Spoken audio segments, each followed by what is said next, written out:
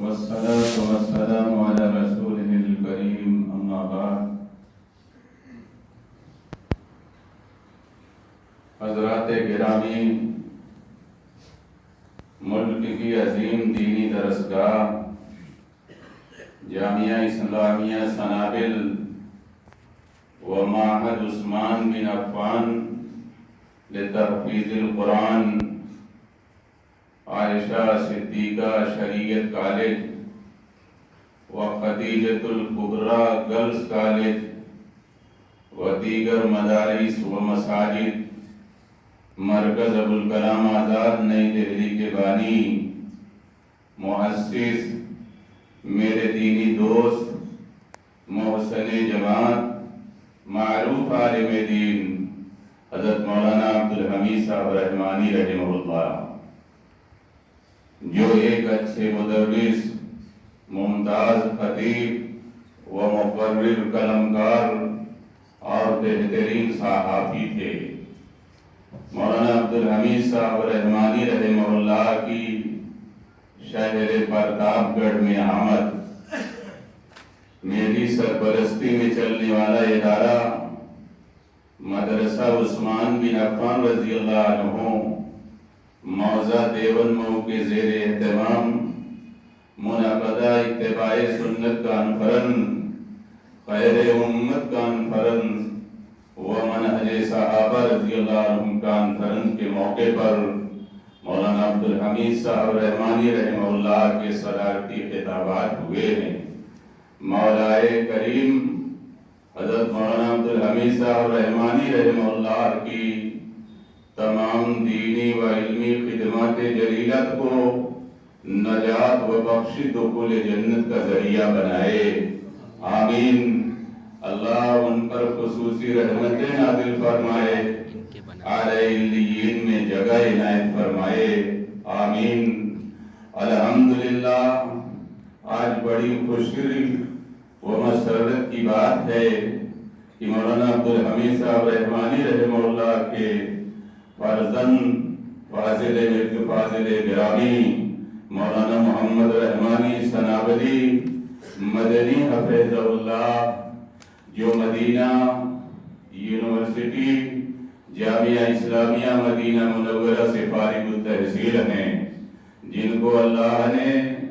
اپنے والد محترم ہی کی طرح جملہ علم و فضل، صفات و کمال سے بھرپور نوازا ہے۔ نئی دہلی سے میری دعوت پر میرے فرزند صفی الرحمن خان ہمراہ سعدیہ بنت رحمت اللہ خان کے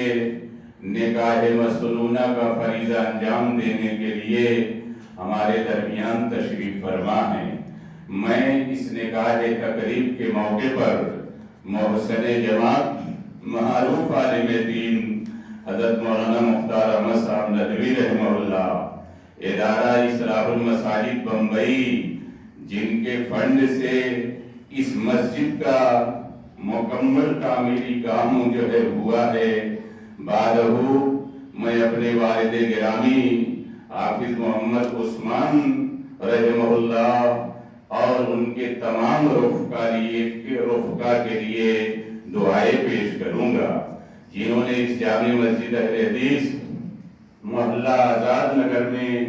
قیام کے لیے احباب جماعت کے ساتھ شانہ بشانہ جد و جہد کی اور ایک طویل مدت تک جو ہے خطبات جمعہ کے فرائض بھی انجام دیتے رہے ہیں، اور اساسی ممبروں میں سے تھے مولائے کریم حضرت مولانا مختار احمد صاحب ندوی رحمہ اللہ، میرے والد محترم حافظ محمد عثمان رحمہ اللہ اور ان کے تمام ساتھیوں کو، حاجی امان اللہ، اور سب کا نام ہمارے درمیان جو ہے حاجی حبیب اللہ صاحب جو ہے، ہمارے ڈاکٹر صاحب جو ہے شمس الحق صاحب بھی موجود ہیں، میں سب کے لیے دعائیں کرتا ہوں، سب کی دینی کوششوں کو نجات بخش دخول جنت کا ذریعہ بنائے۔ میں تمام دینی بھائیوں سے میری گزارش ہے کہ اپنی سنن کی ادائیگی کے بعد اپنی نشستگاہوں پر تشریف رکھیں۔ بعدہ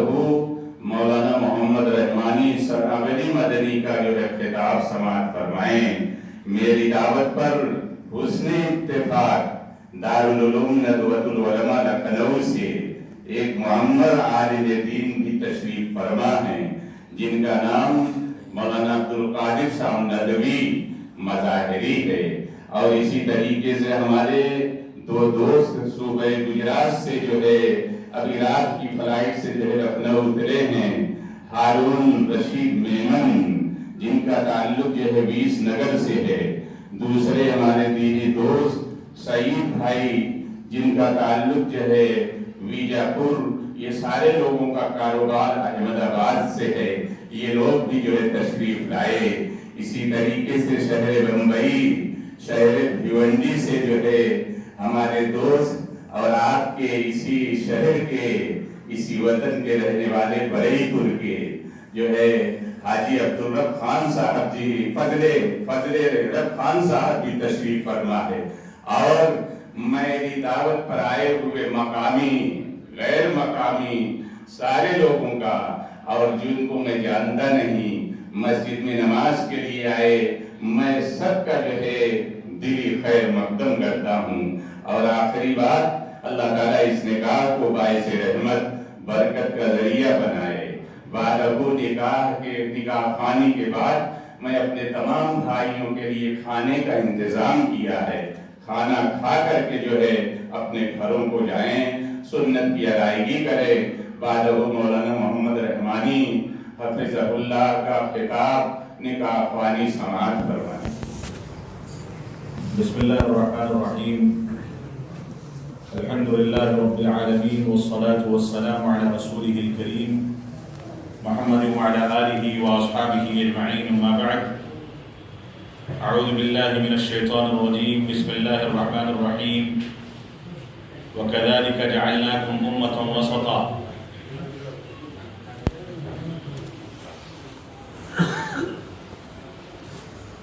محترم سامعین کرام، بزرگان دین اور نوجوان ساتھیوں، میرے لیے یہ دوہری مسرت کا موقع ہے کہ میں اس شہر کے لوگوں سے خطاب کرنے کا موقع حاصل کر رہا ہوں جہاں ہمارے بزرگ آیا کرتے تھے۔ میرے والد گرامی مولانا عبدالحمید صاحب رحمانی رحمۃ اللہ علیہ کئی مرتبہ آ کر کے یہاں کے لوگوں کے ساتھ اٹھے بیٹھے، مل جل کر کے یہاں پر مسلک کی ترویج کا کام کیا، قرآن و سنت کی ترویج کا کام کیا۔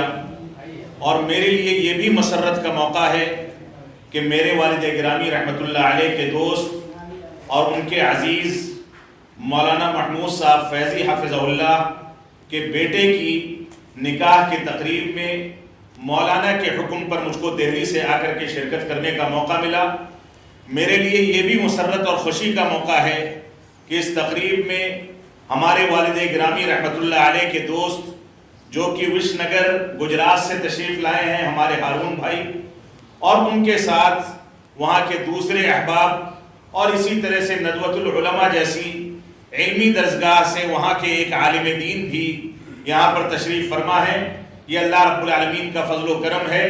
اور میرے لیے مسرت اور خوشی کا موقع ہے۔ اللہ رب العالمین اس مجلس کو بابرکت بنائے اور قرآن و سنت کی پیروی کا ذریعہ بنائے، قرآن و سنت کی جانب بڑھ کر کے قرآن و سنت کو اپنانے، قرآن و سنت کو اپنی زندگی میں نافذ کرنے، اور قرآن و سنت کو سلف صالحین اور بالخصوص صحابہ کرام کے منہج پر سمجھ کر کے اس کے مطابق زندگی گزارنے کی اللہ رب العالمین ہم کو توفیق عطا فرمائے۔ یہ خوشی اور مسرت کے موقع اور اسی طریقے سے غم کے موقع، ایک دوسرے سے غم کا اظہار کرنے کا موقع، خوشی کا اظہار کرنے کا موقع، اسلام میں تقریبات کے مواقع، اجتماعات، اور اسی طریقے سے 10-20 لوگ، 50 لوگ، 100 لوگ، 1000 لوگ جو جمع ہوتے ہیں، یہ اجتماعیت کا جو موقع ہوتا ہے، اس موقع پر چند چیزیں ایسی ہیں جو مشترک ہوتی ہیں، چاہے انسان غم کے اظہار کے لیے جمع ہو، چاہے خوشی کے اظہار کے لیے جمع ہو، چاہے اللہ رب العالمین کی بڑائی بیان کرنے کے لیے جمع ہو، چاہے عید کا اجتماع ہو، عید الاضحیٰ کا اجتماع ہو، جنازے کا اجتماع ہو، نکاح کا اجتماع ہو، صلاۃ جمعہ کا اجتماع ہو، یا 5 وقتہ نمازوں کا اجتماع ہو، یا اس سے بڑے اجتماعات جو کانفرنسوں کی شکل میں، سیمیناروں کی شکل میں، جلسوں کی شکل میں ہوتے ہیں، یا اس سے بڑے اجتماعات جو مکہ مکرمہ میں جمع ہو کر کے میدان عرفات کے اجتماعات ہیں، جہاں انسان اسلام کے 6 رکن کی ادائیگی کے لیے جا کر کے 5ویں رکن کی ادائیگی کے لیے جا کر کے اللہ رب العالمین کی بڑائی بیان کرتا ہے۔ یہ سارے کے سارے اجتماعات 2 بنیادی چیزیں اس میں ہمارے سامنے ہونی چاہیے۔ ایک تو یہ ہے کہ یہ اجتماع چاہے غم کے اظہار کا اجتماع ہو، کسی کی وفات ہو جائے، 2-4 گاؤں 10 گاؤں 20 گاؤں کے لوگ آ کر کے قبرستان میں یا مسجد میں یا میدان میں جمع ہو جائیں، ایک دوسرے سے اظہار ہمدردی کریں، ایک دوسرے کے ساتھ غم کا اظہار کریں، ایک دوسرے کے غم میں شریک ہوں، اس سے ہمدردی کا اظہار کریں، اور وفات پا جانے والے کی موت سے عبرت حاصل کر کے آگے کی زندگی کے لیے کچھ نئے سرے سے دستور العمل بنائیں۔ یہ سارے کے سارے مواقع، چاہے غم کے اظہار کا موقع ہو یا یہ نکاح کی تقریب جس میں ہم اللہ رب العالمین کے فضل و کرم سے حاضر ہوئے ہیں، یہ خوشی کے اظہار کا موقع ہے کہ 2 خاندان جو اب تک ایک دوسرے کے لیے اجنبی تھے، اب اللہ رب العالمین کی چند آیتوں کی تلاوت کے بعد،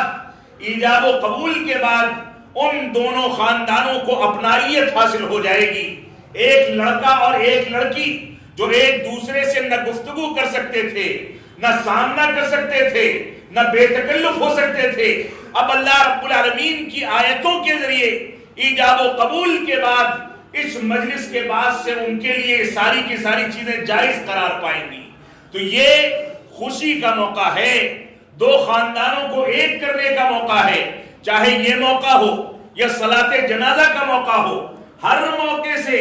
2 بنیادی پیغام ہمارے سامنے ہونے چاہیے، جس کا تذکرہ میں اس خطاب کے شروع میں برجستہ انداز میں، واضح انداز میں آپ کے سامنے کرنا چاہتا ہوں۔ وہ یہ ہے کہ ہم ان مواقع سے چاہے غم کا اظہار کریں یا خوشی کا اظہار کریں، ان مواقع سے اللہ رب العالمین کی بڑائی بیان کرنا ہر مسلمان کی ذمہ داری ہے۔ صلاۃ جنازہ میں تکبیرات زوائد ہیں، دعائیں ہیں، اللہ رب العالمین کے بتائے ہوئے طریقے کے مطابق جنازے کی تدفین ہے، ان سب جگہوں پر اللہ رب العالمین کی بڑائی بیان کی جاتی ہے۔ ہر انسان اس موقع پر یہ سمجھ جاتا ہے کہ دنیا میں چاہے کوئی بادشاہ ہو، وزیر ہو، بڑے سے بڑا صدر اور عہدیدار ہو جائے، لیکن جب اس کی موت آتی ہے تو نہ کرسی دیکھتی ہے، نہ عہدہ دیکھتی ہے، نہ مقام اور پیسہ دیکھا جاتا ہے، نہ یہ دیکھا جاتا ہے کہ اس کے علاج پر کتنے کروڑ روپے برباد کیے گئے، کتنے کروڑ روپے استعمال کیے گئے۔ جب موت آتی ہے تو آ کر کے دبوچ لیتی ہے۔ اس موقع سے انسان اللہ رب العالمین کی بڑائی بیان کر کے اس بات کو واضح کر دیتا ہے کہ اللہ رب العالمین کے علاوہ کسی کو تمام حاصل نہیں ہے۔ اس وجہ سے ہم کو ان مواقع سے اللہ رب العالمین کی بڑائی بیان کرنی چاہیے۔ یہ خوشی کا موقع، نکاح کی تقریب، عیدین کا موقع، صلاۃ جمعہ کا اجتماع، 5 وقتہ نمازوں کا اجتماع، ان سارے کے سارے اجتماعات میں کبھی عبادات کے لیے، کبھی غم کے اظہار کے لیے، کبھی خوشی کے اظہار کے لیے ہم اللہ رب العالمین کی بڑائی بیان کرتے ہیں، اللہ کی تکبیرات کو اپنی زبان پر لاتے ہیں، اللہ رب العالمین کی تکبیرات پکاری جاتی ہیں، اس کی بڑائی کا بیان کیا جاتا ہے، اس کی عظمت کا تذکرہ کیا جاتا ہے۔ یہ سارے کے سارے اجتماعات اور یہ تقریبات اس بات کی واضح دلیل اور اس بات کا واضح پیغام پیش کرتی ہیں کہ ہم اللہ رب العالمین کو مالک الملوک سمجھیں، اللہ رب العالمین کی وحدانیت کا اقرار کریں، اللہ رب العالمین کے ساتھ کسی کو شریک نہ ٹھہرایا جائے، اس کے بتائے ہوئے طریقے پر زندگی گزاری جائے۔ تو یہ ان اجتماعات کا ماحصل ہے۔ اور اس کے بعد دوسرا بنیادی پیغام جو ہم کو ان اجتماعات سے ملتا ہے وہ اجتماعیت کا پیغام ہے، ایک دوسرے کے ساتھ کندھے سے کندھا ملا کر کے چلنے کا پیغام۔ آج ہندوستان کی سرزمین پر ہمارے مسلمان بھائیوں کی پالیسی نے، ان کے اختلاف و انتشار نے، ان کے ایک دوسرے کے خلاف بڑھ کر کے ایک دوسرے کے خلاف دشمنوں کو مواقع فراہم کرنے کے انداز نے آج ہم کو کمزور کر کے رکھ دیا۔ بچپن میں نے کسی ایک کتاب میں پڑھا تھا، جو درس کسی نے دیا تھا، کہ وہ کتاب میں یہ لکھا گیا کہ ایک گھر میں اگر 5 بھائی ہیں تو ایسی صورت میں ہم ان سب کو اگر ایک ساتھ ہے تو ان کو توڑ نہیں سکتے، لیکن اور اس کی مثال دی گئی پتلی پتلی لکڑیوں سے، چھڑیوں سے، کہ اگر انسان 5 لکڑیوں کو الگ لے کر کے اپنے پاس بیٹھے تو بڑے آرام کے ساتھ اس ایک لکڑی کو توڑ سکتا ہے، اور باری باری کر کے 5 لکڑیوں کو توڑ کر کے 5 لکڑیوں کو تباہ و برباد کر سکتا ہے۔ لیکن اگر اس کے ہاتھ میں وہ 5 لکڑیاں ایک ساتھ دے دی جائیں اور اس سے کہا جائے کہ اس کو ہمت کر کے طاقت لگا کر کے توڑو، تو بھی وہ نقصان نہیں پہنچا پائے گا۔ یہ اجتماعیت کا فائدہ ہے۔ اللہ رب العالمین نے اسی وجہ سے ہم کو حکم دیا وَاعْتَصِمُوا بِحَبْلِ اللَّهِ جَمِيعًا وَلَا تَفَرَّقُوا، کہ اللہ رب العالمین کی رسی کو مضبوطی کے ساتھ پکڑ لو اور انتشار پیدا نہ کرو۔ اگر تم نے انتشار پیدا کیا تو تم بکھر کر کے تباہ و برباد ہو جاؤ گے۔ تو ان اجتماعات کا، ان تقریبات کا بنیادی پیغام یہ بھی ہے کہ ہم آپس میں اتحاد و اتفاق پیدا کریں۔ یہ اتحاد و اتفاق کون سی بنیادوں پر پیدا کیا جائے گا، اس کا کون سا ڈھنگ ہوگا، کون سا طریقہ ہوگا، کون سا منہج ہوگا، کون سے انداز کو اختیار کر کے ہم یہ اجتماعیت پیدا کریں گے، اس کی چھوٹی سی مثال میں آپ کو دوں۔ آپ یہ سمجھ لیں کہ قرآن و سنت اور قرآن و سنت کو سلف صالحین اور صحابہ کرام کے فہم پر چلنے کا جو طریقہ تھا، وہی طریقہ ہمارے لیے سب سے بنیادی پیغام ہے کہ ہم اس کے مطابق اپنے اندر اتحاد و اتفاق پیدا کریں۔ اور معاف فرمائیں گے، یہ بات مسلمہ حقیقت ہے کہ ایک انسان اگر اٹھ کر کے یہ کہتا ہے کہ میں امام شافعی رحمۃ اللہ علیہ کو ماننے والا ہوں، تو یقینی بات ہے امام شافعی کی بات کہنے پر اس سے احناف،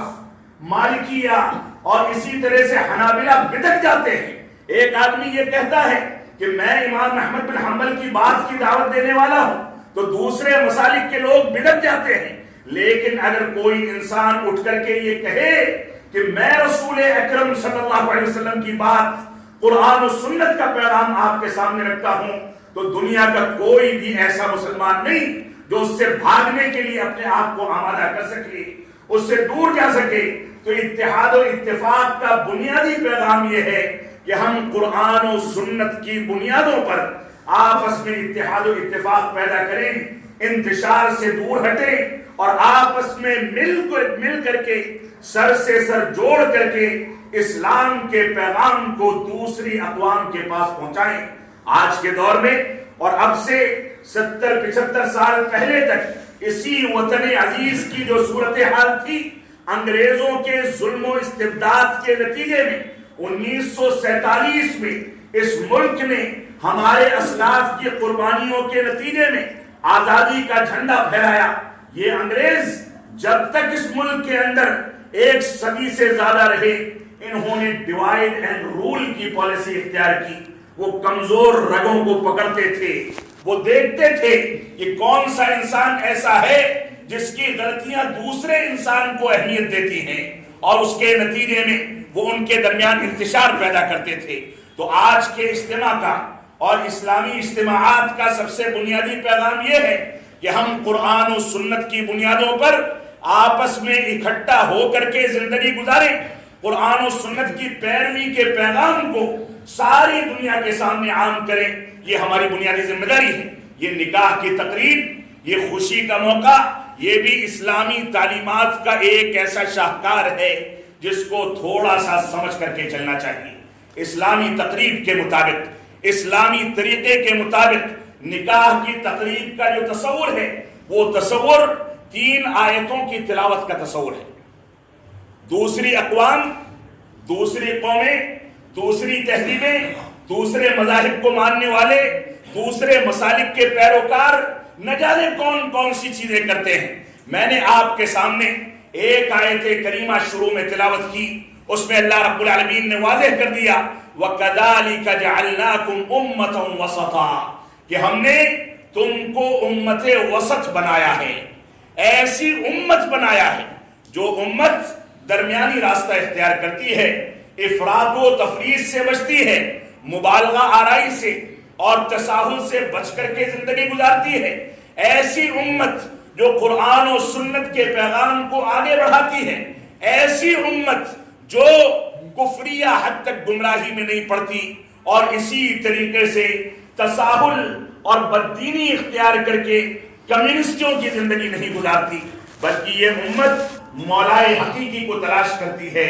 یہ امت توحید کا پیغام دیتی ہے، یہ امت اتباع رسول کا پیغام دیتی ہے، یہ امت بتاتی ہے کہ نبی آخر الزمان جس نے بھوکا رہنا برداشت کر لیا، وہ نبی آخر الزمان جناب محمد الرسول اللہ صلی اللہ علیہ وسلم جو رات کو بھوکے سوتے تھے، صبح بھوکے بیدار ہوتے تھے، آپ کو بغیر پیبند لگے کپڑے پہننا نصیب نہیں ہوا، آپ کو کبھی 3 مہینے تک آپ کے گھر میں چولہا نہیں جل پاتا تھا۔ اما عائشہ فرماتی ہیں کہ ہم ایک بار چاند دیکھتے تھے، دوسری بار چاند دیکھتے تھے، تیسری بار چاند دیکھتے تھے اور ہم کو ہمارے گھر میں چولہا نہیں جلتا تھا۔ صحابہ اکرام نے پوچھا کہ گزارا کیسے ہوتا تھا؟ تو فرمایا علی الاسودین، 2 سیاہ چیزوں پر، یعنی پانی پیتے تھے اور کھجور کھاتے تھے اور 3 مہینہ گزر جاتا تھا۔ اور ابو داؤد کی صحیح حدیث ہے، اللہ کے نبی صلی اللہ علیہ وسلم اپنے گھر سے رات کے کسی وقت میں باہر نکلے اور دیکھا کہ شیخین یعنی ابو بکر صدیق اور عمر بن خطاب رضی اللہ تعالیٰ عنہما مدینہ کی گلیوں میں گھوم رہے ہیں، پریشان ہیں، چہرے پر شکن ہے اور چہرے سے ظاہر ہو رہا ہے کہ یہ دونوں کسی چیز کے لیے تڑپ رہے ہیں، پریشان ہیں۔ آپ نے پوچھا کہ تم دونوں کو بے وقت باہر کی گلیوں میں کس نے نکلنے پر مجبور کیا؟ تو ان دونوں نے فرمایا کہ اللہ کے نبی صلی اللہ علیہ وسلم ہمارے گھر میں نہ کھانے کے لیے کچھ ہے نہ پینے کے لیے کچھ ہے، ہم باہر نکلے ہیں کہ کوئی شخص مل جائے کچھ کھانے پینے کا انتظام کر دے اور ہمارا کلیجہ جو منہ کو آ رہا ہے اس کو تھوڑی سی تسکین مل جائے، تسلی مل جائے۔ اللہ کے نبی صلی اللہ علیہ وسلم کا جواب کیا تھا؟ ہمارے خاندان، ہماری ساری کی ساری تقریبات، ہمارا سارا کا سارا مال و دولت، ہمارا پورا سرمایہ، ہمارے ماں باپ، ہمارے بچے، ہماری بیویاں، ہمارے پورے کے پورے خاندان رسول اکرم صلی اللہ علیہ وسلم پر قربان جائیں۔ آپ نے فرمایا کہ تم دونوں کو جس چیز نے گھر سے نکالا ہے اسی چیز نے مجھ کو بھی نکالا ہے، میں بھی بھوکا اور پیاسا ہوں۔ یہ صورتحال تھی پیارے حبیب جناب محمد الرسول اللہ صلی اللہ علیہ وسلم کی۔ تو ہماری ذمہ داری ہے کہ قرآن و سنت کے پیغام کو لے کر کے آگے بڑھیں۔ تو میں یہ عرض کر رہا تھا کہ اللہ رب العالمین نے دین اسلام کو دین وسط قرار دیا ہے۔ اس دنیا میں بے شمار تقریبات ایسی ہوتی ہیں شادی بیاہ کے نام پر جن میں معمولی سے رسم و رواج اختیار کر لیے جاتے ہیں، معمولی سی باتیں ادا کر کے ختم کر دیا جاتا ہے۔ کتنے ایسے ماڈرن گھرانے ہمارے اپنے خاندانوں میں اور مسلمانوں میں آج موجود ہیں جن گھرانوں اور خاندانوں کے اندر بے دینی اور دین سے بیزاری اس حد تک غالب ہو چکی ہے کہ لڑکے اور لڑکی کے رشتے کے بعد اور نکاح سے پہلے ان دونوں کو بھیج دیا جاتا ہے کہ جاؤ ایک دوسرے کو پرکھ لو، دیکھ لو کہ تم دونوں ایک دوسرے کے لائق ہو کہ نہیں ہو۔ یہ ساری کی ساری چیزیں اسلام نے حرام قرار دی ہیں۔ اس دنیا میں انسانوں کی شادیاں جانوروں سے کی جاتی ہیں۔ اس دنیا میں ہم جنس پرستی کے بے شمار واقعات موجود ہیں۔ اس دنیا میں غیر شرعی طریقے پر نکاح کو انجام دینا، غیر شرعی طریقے پر طلاق اور خلا کے واقعات کا پیش آنا بالکل عام ہوتا چلا جا رہا ہے۔ اسلام نے ہم کو جو طریقہ بتایا وہی طریقہ امت وسط کا طریقہ ہے، اور اسی طریقے کو اختیار کر کے ہم قرآن و سنت کی پیروی کر پائیں گے، اس کے بغیر ہم کامیاب نہیں ہو سکتے۔ تو یہ تقریب جو خوشی کے موقع کی تقریب ہے، اس تقریب میں ہم اللہ رب العالمین کی کتاب قرآن مجید کی چند آیتیں جو تلاوت کرتے ہیں، ان آیات کے اندر ہم کو بار بار جس بات کی تلقین کی جاتی ہے وہ بات ہے تقوی اور پرہیزگاری اور سچائی کو اختیار کرنے کی بات۔ عبداللہ بن مسعود رضی اللہ عنہ فرماتے ہیں کہ اللہ کے نبی صلی اللہ علیہ وسلم ہم کو خطبۃ الحاجہ جو نکاح کی تقریب کا خطبہ ہے، ضرورت کا خطبہ ہے، اس خطبے کو ویسے ہی یاد کراتے تھے جیسے ہم سورہ فاتحہ کو یاد کرتے ہیں۔ یہ خطبۃ الحاجہ اتنا قیمتی پیغام پیش کرنے والا خطبہ ہے کہ اگر آج کی تقریب میں یا مختلف تقاریب میں مسلمان ان آیتوں کے مفاہیم کو سمجھ کر کے قرآن و سنت کے مطابق اس کی پیروی کر لیں اور اپنی زندگی کو اس کے مطابق ڈھال لیں تو یقیناً مسلمان زندگی کے تمام گوشوں میں کامیاب ہو سکتے ہیں۔ آج کے دور میں ایسے خاندان بھی ہمارے درمیان موجود ہیں یا دوسرے مذاہب کو ماننے والوں کے درمیان موجود ہیں کہ ایک ایک تقریب میں، ولیمے میں، نکاح میں، مہندی کی تقریب میں، منگنی کی تقریب میں لاکھوں کروڑوں روپے ضائع کر دیے جاتے ہیں، جبکہ اسی خاندان، اسی گھرانے کے پڑوس میں کوئی بچی بلک بلک کر کے زندگی گزارتی ہے، اس کے پاس مال نہیں ہوتا کہ وہ شادی کی تقریب کا اہتمام کر سکے، ان کے پاس طاقت نہیں ہوتی کہ عزت و وقار کے ساتھ اپنی بچی کو رخصت کر سکے۔ مسلمانوں کی ذمہ داری ہے کہ مسلمان جہاں اپنے اسٹیٹس کے لحاظ سے ان چیزوں کا اہتمام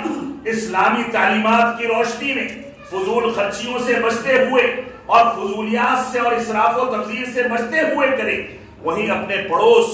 اپنے گاؤں محلے کے لوگ، اپنے آس پاس کے لوگ، اپنے دوست و احباب، اپنے خاندان کے افراد کا اتنا خیال کر سکے کہ ان کے یہاں بھی چولہا جل سکے، وہ بھی آرام کی سانس لے سکیں، سکون کے ساتھ زندگی گزار سکیں۔ اسلام صرف عبادات کو انجام دینے کا نام نہیں ہے، بلکہ اسلام مکمل نظام حیات ہے، اور اسی وجہ سے اسلام نے ہمارے سامنے جو معاشرتی زندگی کا نظام اور ضابطہ پیش کیا ہے وہ دنیا کی کوئی طاقت پیش نہیں کر سکتی۔ ہماری ذمہ داری ہے کہ ہم اس نظام کو لے کر کے چلیں۔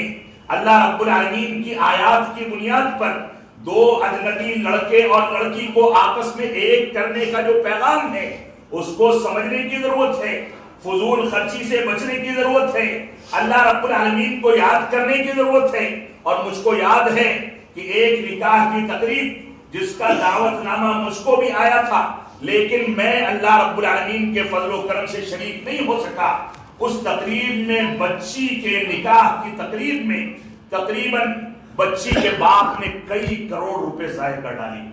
اور دیکھا کیا گیا کہ 1 سال کے اندر اندر طلاق ہو گئی اور بچی آج تک گھر پر بیٹھی ہے۔ باپ روتا ہے کہ کہیں رشتہ مل جائے لیکن نہیں ملتا۔ ہم نہیں کہہ سکتے کہ ہماری کون سی ادا زمین کو غضب میں لا دے اور ہمارے لیے زندگی تباہ و برباد ہو جائے۔ اس وجہ سے ہماری ذمہ داری ہے کہ ہم قرآن و سنت کے مطابق زندگی کو ڈھالیں، قرآن و سنت کے مطابق چلیں، فضول خرچی سے بچیں، بڑا اپنے چھوٹے کا احترام کرے،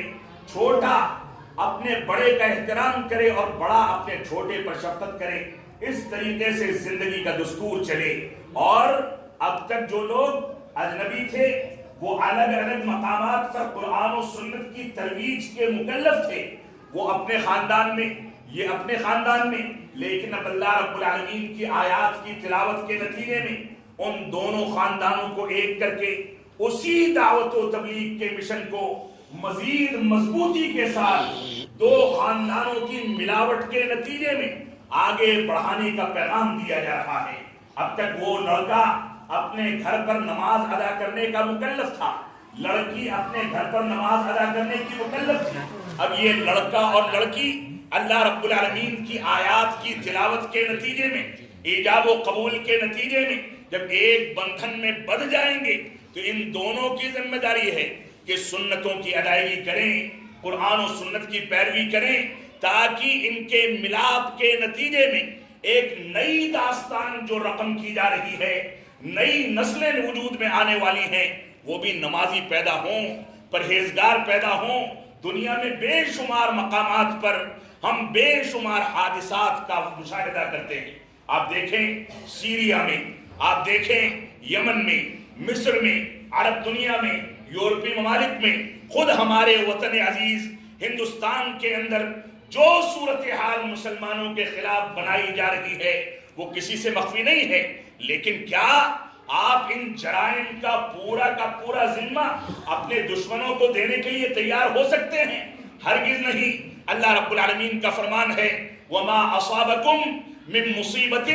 فَبِمَا كَسَبَتْ أَيْدِيكُمْ وَيَعْفُو عَن كَثِيرٍ، کہ تم کو جو کچھ مشکلات لاحق ہوتی ہیں یہ تمہارے اپنے کرتوتوں کا نتیجہ ہے۔ آپ کتنی بھی تعویلات کر لیں، لوگوں کو کتنا بھی دوش دے دیں، لوگوں کے اوپر کتنے بھی اتہامات لگا دیں، آپ دنوں رات بلبلائیں، بلکیں اور دنوں رات رو رو کر کے کہیں کہ حکومت ہمارے ساتھ ایسا کرتی ہے، فلاں وزیر ہمارے ساتھ ایسا کرتا ہے، گو کشی کے نام پر بھیڑ آتی ہے، ایک مسلمان کو ذبح کر دیتی ہے، قتل کر دیتی ہے، آپ کتنے بھی اتہامات لگا لیں، لیکن حقیقت یہ بھی ہے کہ ہم کو اپنے دامن کو بھی دیکھنا ہوگا۔ ہم کو یہ بھی دیکھنا ہوگا کہ جس بھیڑ نے جس مسلمان کے گھر پر، جس مسلمان کے اوپر حملہ کیا تھا، کیا وہ مسلمان نمازوں کی تلقین کرتا تھا؟ کیا وہ مسلمان نمازوں کی پابندی کرتا تھا؟ کیا اس نے قرآن و سنت کی پیروی کے لیے لوگوں کو جمع کیا، لوگوں سے گزارشیں کی؟ آج صورتحال یہ ہے کہ ہمارے خاندان کا، ہمارے گھرانے کا سب سے زیادہ عمر دراز انسان اگر کہیں ہے تو وہ جا کر کے نماز ادا کر لیتا ہے، ایسا لگتا ہے کہ فرض کفایہ ہے اور ادا ہو گیا۔ معاف فرمائیں گے، اس طریقے سے ہم کو حفظ و امان حاصل ہونے والا نہیں ہے، اللہ رب العالمین کی نصرت نازل ہونے والی نہیں ہے۔ ہماری ذمہ داری ہے کہ ہم قرآن و سنت کی پیروی کریں اور اپنے ماتحتوں کو، اپنے متعلقین کو، اپنے خاندان کے افراد کو، اپنے پڑوسیوں کو، اپنے تمام کے تمام دوستوں اور احباب کو قرآن و سنت کی جانب لانے کی کوشش کریں۔ ہم لوگوں کو نمازی بنانے کی کوشش کریں اور اس بات کو سمجھ لیں یہ بھیڑیں اور اس انداز کے حملے، یہ مظالم یقیناً نظر انداز نہیں کیے جا سکتے، لیکن اگر مسلمان باقی نہیں رہا تو ایسی صورت میں ہم کس بنیاد پر کہتے ہیں کہ مسلمانوں پر حملہ کر دیا گیا؟ جو جمعہ کا جمعہ پڑھے، عیدین کی نماز صرف ادا کرے، وہ کون سا مسلمان ہے کہ اس کے اوپر حملہ کر کے اس کو ذبح کیا جاتا ہے اور ہم ساری زندگی روتے رہتے ہیں؟ اگر وہ واقعی میں مسلمان ہے، اگر وہ واقعی میں اللہ رب العالمین کا عبادت گزار ہے، واقعی میں 5 وقتہ نمازوں میں وہ آ کر کے مسجدوں کو آباد کرتا ہے، تو ایسی صورت میں ہم یہ تو کہہ سکتے ہیں کہ اب مسلمانوں پر حملہ کرنا شروع کر دیا گیا ہے۔ اور ایسا مسلمان جو قرآن و سنت کی پیروی کرے، وہ مسلمان اتنا مضبوط ہوتا ہے کہ حملہ کرنے والوں پر اللہ رب العالمین کے معجزاتی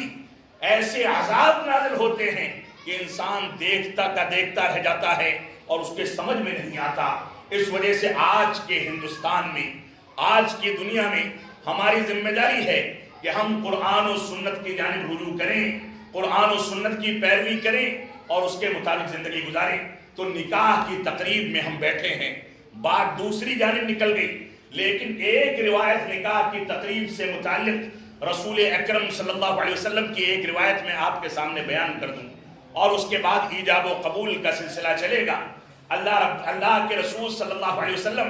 ایک مجلس میں تشریف فرما تھے، صحیح مسلم کی حدیث ہے، ایک خاتون آتی ہیں،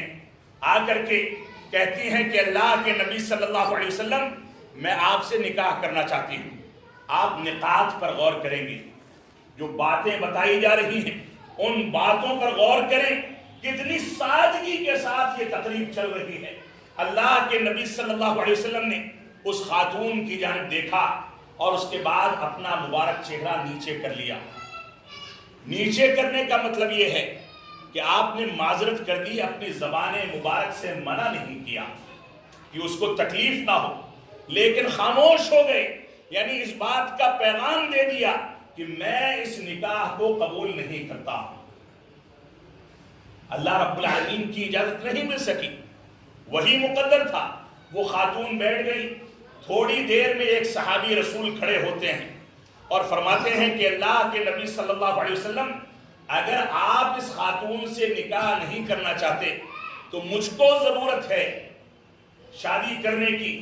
میرا نکاح اس سے پڑھا دیجئے۔ اللہ کے نبی صلی اللہ علیہ وسلم نے کہا کہ ٹھیک ہے، میں اس بات کے لیے تیار ہوں، لیکن پہلے یہ بتاؤ کہ نکاح پڑھانے کے لیے جو بنیادی شرط ہے مہر کی ادائیگی، اس شرط کی ادائیگی کی تکمیل کے لیے تمہارے پاس کیا ہے؟ تم مہر میں کیا دو گے؟ تو صحابی رسول نے کہا کہ اللہ کے نبی صلی اللہ علیہ وسلم، بہت غریب انسان ہوں، بہت فقیر انسان ہوں، میرے پاس کچھ نہیں ہے۔ آپ نے فرمایا کہ نہیں، جاؤ اپنے گھر جا کر کے تلاش کرو، اور تلاش کر کے آؤ، کوئی چیز ملے تو لے کر کے آؤ، اس کو تمہارے لیے مہر متعین کیا جائے۔ وہ صحابی رسول جاتے ہیں، سارا گھر الٹ ڈالتے ہیں، واپس آ جاتے ہیں، کہتے ہیں کہ اللہ کے نبی صلی اللہ علیہ وسلم، اس ذات کی قسم جس کے ہاتھ میں میری جان ہے، میرے گھر پر کچھ نہیں ہے۔ آپ نے فرمایا کہ نہیں، جاؤ وَلَوْ خَاتَمًا مِّنْ حَدِيدٍ، اگر لوہے کی انگوٹھی مل جائے تو وہی لے کر کے آ جاؤ، لیکن بغیر مہر کے نکاح نہیں پڑھایا جا سکتا۔ وہ صحابی رسول گئے، گھر کا سارا سامان الٹ ڈالا، صرف ایک زائد چادر تھی، آ کر کے اس کو پیش کیا، کہا کہ انگوٹھی نہیں ملی، وَلَٰكِنْ هَذَا إِزَارِي، لیکن یہ میرا تہبند ہے، میری چادر ہے، آپ چاہیں تو اس کو مہر کے طور پر متعین فرما دیں۔ اللہ کے نبی صلی اللہ علیہ وسلم نے فرمایا کہ نہیں، یہ اگر تم استعمال کرو گے تو تمہاری بیوی استعمال نہیں کر سکتی، وہ استعمال کرے گی تو تم استعمال نہیں کر سکتے۔ کوئی ایسا سامان دیا جائے جو بیوی کی ملکیت میں چلا جائے اور شوہر بھی اس پر حقدار نہیں ہوگا، شوہر کے گھر والے بھی اس پر حقدار نہیں ہوں گے۔ اور اس کے بعد یہ مایوس ہو کر کے کونے میں بیٹھ گئے، تھوڑی دیر کے بعد اٹھ کر کے جانے لگے تو اللہ کے نبی صلی اللہ علیہ وسلم نے ان کو بلوایا اور بلوا کر کے پوچھا کہ کیا قرآن مجید کی کچھ آیتیں تم کو یاد ہیں؟ انہوں نے فرمایا کہ ہاں، فلاں فلاں سورت منہ زبانی میں پڑھ سکتا ہوں۔ تو آپ نے فرمایا جاؤ اس میں سے 25-30 آیتیں اپنی ہونے والی بیوی کو سکھا دینا، اسی کو مہر متعین کیا جاتا ہے۔ اس مکمل روایت سے ایک تو صحابہ کرام کی سادگی، ان لوگوں کی غربت اور ان لوگوں کی پریشانیوں کا اندازہ کیا جا سکتا ہے۔ اسی طریقے سے آج کے دور میں لڑکے کے پاس جو حیثیت ہے، اس حیثیت کے لحاظ سے اس کو مہر متعین کرنی چاہیے، یہ بھی ایک بنیادی پیغام ہے۔ آج کے دور میں ولیمے کا بجٹ ہوتا ہے 1 کروڑ روپے، 50 لاکھ روپے، اور جہاں مہر دینی ہوتی ہے وہاں 151 روپے اور 551 روپے اور 1051 روپے دیکھ کر کے دامن چھڑا لیا جاتا ہے۔ بخیلی کی انتہا ہے، اور اس کے باوجود لڑکی والوں سے جہیز کا مطالبہ بھی کیا جاتا ہے، بھک مگائی کی ساری حدیں پار کر دی جاتی ہیں۔ یہ قرآن و سنت کی روشنی میں نکاح نہیں ہے جس میں برکت دی جائے۔ اگر بابرکت نکاح، بابرکت شادی چاہیے، جس بابرکت شادی کے ملن کے نتیجے میں ایسی نسلیں وجود میں آئیں جو قرآن و سنت کی ترویج کو آگے بڑھائیں، قرآن و سنت کی ترویج کریں، قرآن و سنت کے پیغام کو آگے بڑھائیں، تو ہم کو سادگی اختیار کرنی ہوگی، قرآن و سنت کے پیغام کو اختیار کرنا ہوگا۔ اللہ رب العالمین ہم کو ان باتوں پر عمل پیرا ہونے کی توفیق عطا فرمائے، ہم کو اس بات کی توفیق عطا فرمائے کہ ہم قرآن و سنت کے مطابق زندگی گزاریں۔ اب نکاح مسنون ہوگا، خطبۃ الحاجہ پڑھا جائے گا، پھر ایجاب و قبول کیا جائے گا۔ ان الحمد للہ نحمدہ ونستعینہ ونستغفرہ ونعوذ باللہ من شرور انفسنا ومن سیئات اعمالنا، من یہدہ اللہ فلا مضل لہ ومن یضلل فلا ہادی لہ، واشہد ان لا الہ الا اللہ وحدہ لا شریک لہ، واشهد ان محمدا عبده ورسوله، اما بعد فان خير الحديث كتاب الله وخير الهدي هدي محمد صلى الله عليه وسلم وشر الأمور محدثاتها وكل محدثة بدعة وكل بدعة ضلالة وكل ضلالة في النار. فأعوذ بالله السميع العليم من الشيطان الرجيم. بسم الله الرحمن الرحيم. يا أيها الذين آمنوا اتقوا الله حق تقاته ولا تموتن إلا وأنتم مسلمون. يا أيها الناس اتقوا ربكم الذي خلقكم من نفس واحدة وخلق منها زوجها وبث منهما رجالا كثيرا ونساء واتقوا الله الذي تساءلون به والأرحام إن الله كان عليكم رقيبا. يا أيها الذين آمنوا اتقوا الله وقولوا قولا سديدا يصلح لكم أعمالكم ويغفر لكم ذنوبكم ومن يطع الله ورسوله فقد فاز فوزا عظيما. وقال النبي صلى الله عليه وسلم النكاح من سنتي. وقال في موضع آخر فمن رغب عن سنتي فليس مني.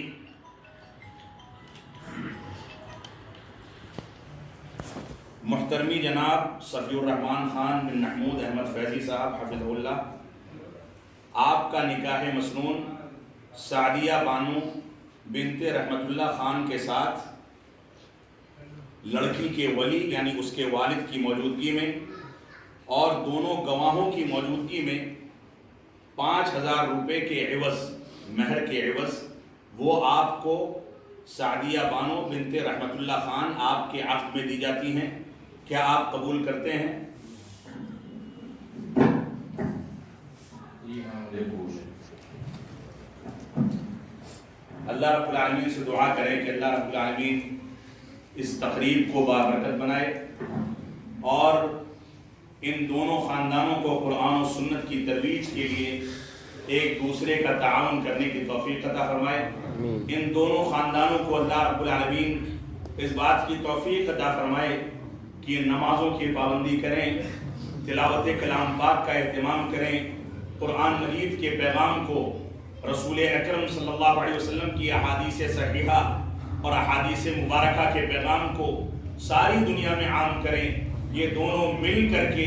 میل محبت کے ساتھ بڑوں کا احترام سیکھیں، چھوٹوں پر شفقت کرنا سیکھیں. یہ دونوں مل کر کے ایک دوسرے سے محبت اور ایک دوسرے خاندان کی محبتوں کے ساتھ ساری دنیا کی سیر و تفریح بھی کریں، دنیا سے لطف بھی اٹھائیں، لیکن اللہ رب العالمین کو نہ بھولیں، نمازوں کی پابندی کو نہ بھولیں، توحید کے پیغام کو نہ بھولیں، اتباع رسول کے پیغام کو نہ بھولیں. اللہ رب العالمین ان دونوں کو، دونوں خاندانوں کو، لڑکے اور لڑکی کو،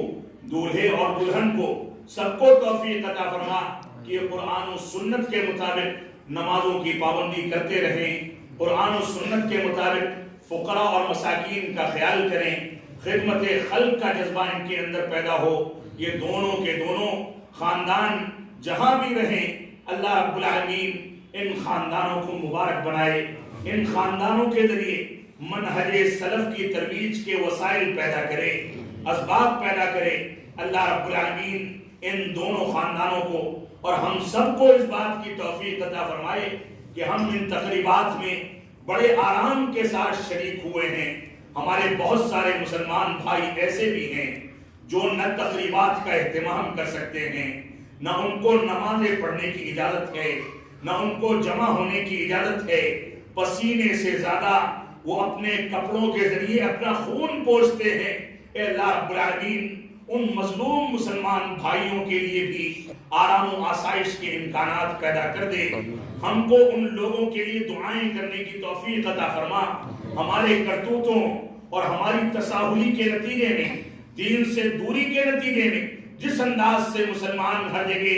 پستا چلا جا رہا ہے، اے اللہ رب العالمین ہم کو دین کی جانب رجوع کرنے کی توفیق عطا فرما. ہم جب تک جئیں تب تک اسلام پر جئیں، جب ہمارا خاتمہ ہو تو ایمان پر ہو. وصلی اللہ علی نبینا محمد وعلی آلہ وصحبہ وسلم. والسلام علیکم ورحمۃ اللہ وبرکاتہ.